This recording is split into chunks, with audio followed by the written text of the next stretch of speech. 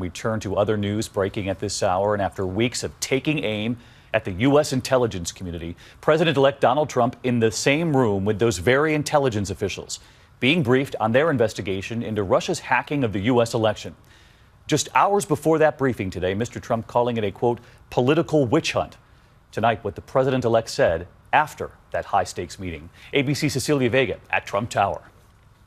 President-elect Donald Trump behind closed doors today, face-to-face for the first time with the highest levels of the nation's intelligence community. That classified meeting coming just days after he publicly bashed their findings that Russia tried to interfere with the election. I also know things that other people don't know, and so they cannot be sure of the situation. Like what do you know that other people don't know? You'll find out on Tuesday or Wednesday. Tuesday and Wednesday came and went with no announcement about what Trump really knows. Again and again, Trump refusing to accept the findings of 17 U.S. intelligence agencies. They have no idea if it's Russia or China or somebody. It could be somebody sitting in a bed someplace. Just this morning, in an interview with the New York Times, he called it a witch hunt. Hours later, Trump sat across from the director of national intelligence and the heads of the FBI, CIA, and NSA as they presented their explosive report, concluding, quote, Russian President Vladimir Putin ordered an influence campaign in 2016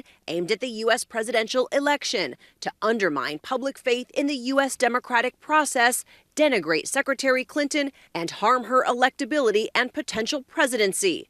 We further assess Putin and the Russian government developed a clear preference for President-elect Trump.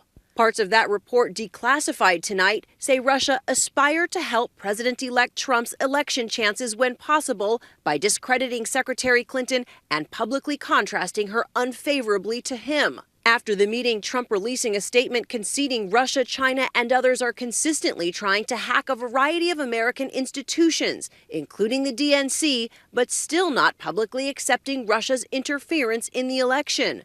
Trump saying there was absolutely no effect on the outcome of the election, including the fact that there was no tampering whatsoever with voting machines. The investigation opening deep wounds between Trump and the intelligence community. There's a difference between skepticism and disparagement.